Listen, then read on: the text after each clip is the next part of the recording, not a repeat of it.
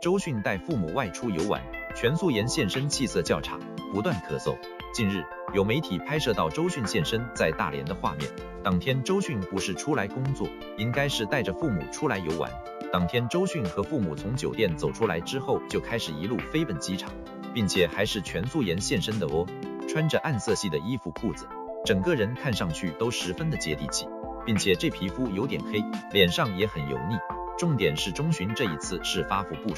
不少粉丝们也是调侃，看来如今的周公子也开始幸福肥呢。这不过不知道周迅是不是有点不舒服，因为在走路的过程中，周迅不断的在咳嗽，看上去确实应该是有点不舒服。